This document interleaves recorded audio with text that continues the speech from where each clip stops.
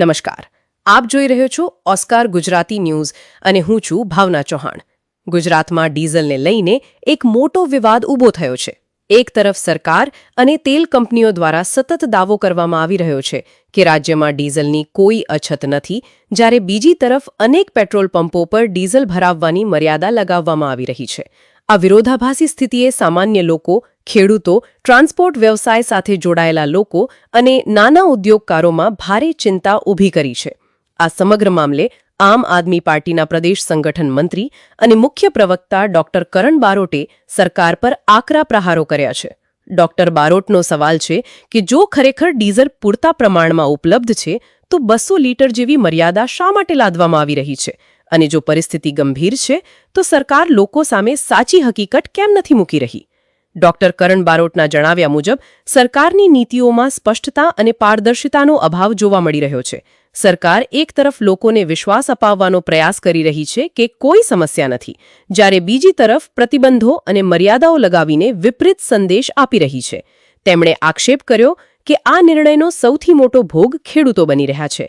ખેતી માટે ડીઝલ પર નિર્ભર ખેડૂતોને સમયસર ઈંધણ ન મળે તો વાવેતર, સિંચાઈ અને અન્ય કૃષિ કાર્યો પર સીધી અસર થઈ શકે છે. આ ઉપરાંત ટ્રક ઓપરેટરો, ટ્રાન્સપોર્ટરો અને નાના ઉદ્યોગો માટે પણ ડીઝલ જીવન રેખા સમાન છે. આવા સમયે મર્યાદા લાદવાથી તેમના રોજગાર અને આવક પર અસર પડી રહી છે. ડોક્ટર બારોટે વધુમાં કહ્યું કે જો સરકારને અગાઉથી ખબર હતી કે કાળાબજારી અને સંગ્રહખોરી થવાની શક્યતા છે તો યોગ્ય આયોજન કેમ ન કરવામાં આવ્યું? સરકાર પાસે તંત્ર, ગુપ્તચર વ્યવસ્થા અને વિવિધ એજન્સીઓ હોવા છતાં સ્થિતિ અહીં સુધી કેમ પહોંચી? જો કેટલાક લોકો કાળાબજારી કરી રહ્યા હોય તો તેમની સામે કડક કાર્યવાહી થવી જોઈએ, પરંતુ તેના બદલે સામાન્ય નાગરિકોને જ નિયંત્રણો હેઠળ લાવવામાં આવી રહ્યા છે. તેમણે સરકારની કાર્યપદ્ધતિ પર પણ સવાલો ઉઠાવ્યા. તેમના કહેવા પ્રમાણે સામાન્ય લોકો માટે ડીઝલની મર્યાદા નક્કી કરવામાં આવે છે, પરંતુ નેતાઓના લાંબા કાફલાઓ, સરકારી વાહનો અને ભવ્ય સરકારી કાર્યક્રમોમાં કોઈ પ્રકારનો ઘટાડો કે નિયંત્રણ જોવા મળતું નથી. જો બચત અને નિયંત્રણ જરૂરી છે તો તેની શરૂઆત સરકાર અને સત્તાધીશોએ પોતાનાથી કરવી જોઈએ.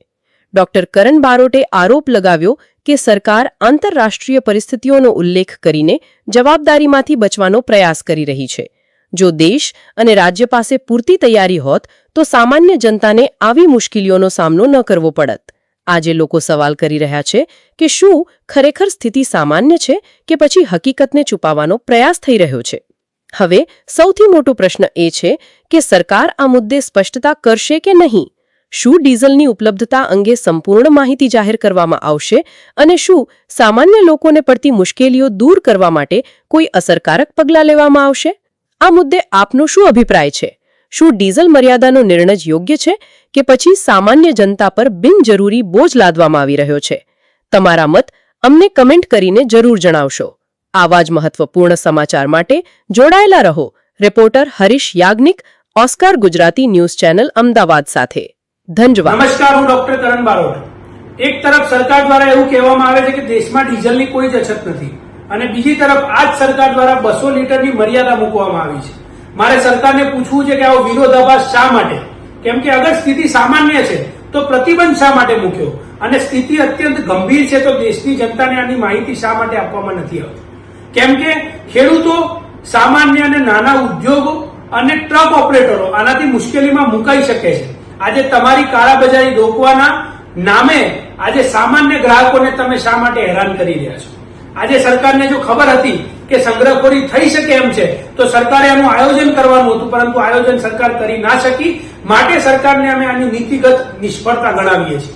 આજે સરકારને ખબર હતી કે કાળાબજારી થઈ રહી છે, સંગ્રહખોરી થઈ રહી છે, તો જે બલ્કમાં સંગ્રહખોરી કરી રહ્યા છે એના ઉપર કાર્યવાહી કરવાની હતી અને સામાન્ય જનતા અને સામાન્ય ગ્રાહકોને આમાંથી દૂર રાખવાના હતા, પરંતુ સરકારે કરી ના શકી. મારે સરકારને કહેવું છે કે આજે આંતરરાષ્ટ્રીય સ્તરે જયારે સંકટ આવ્યું છે ત્યારે વિશ્વગુરુ અને વિકાસની મોટી મોટી વાતો કરતી આ સરકાર દેશની જનતાને સુરક્ષા આપી શકી નથી.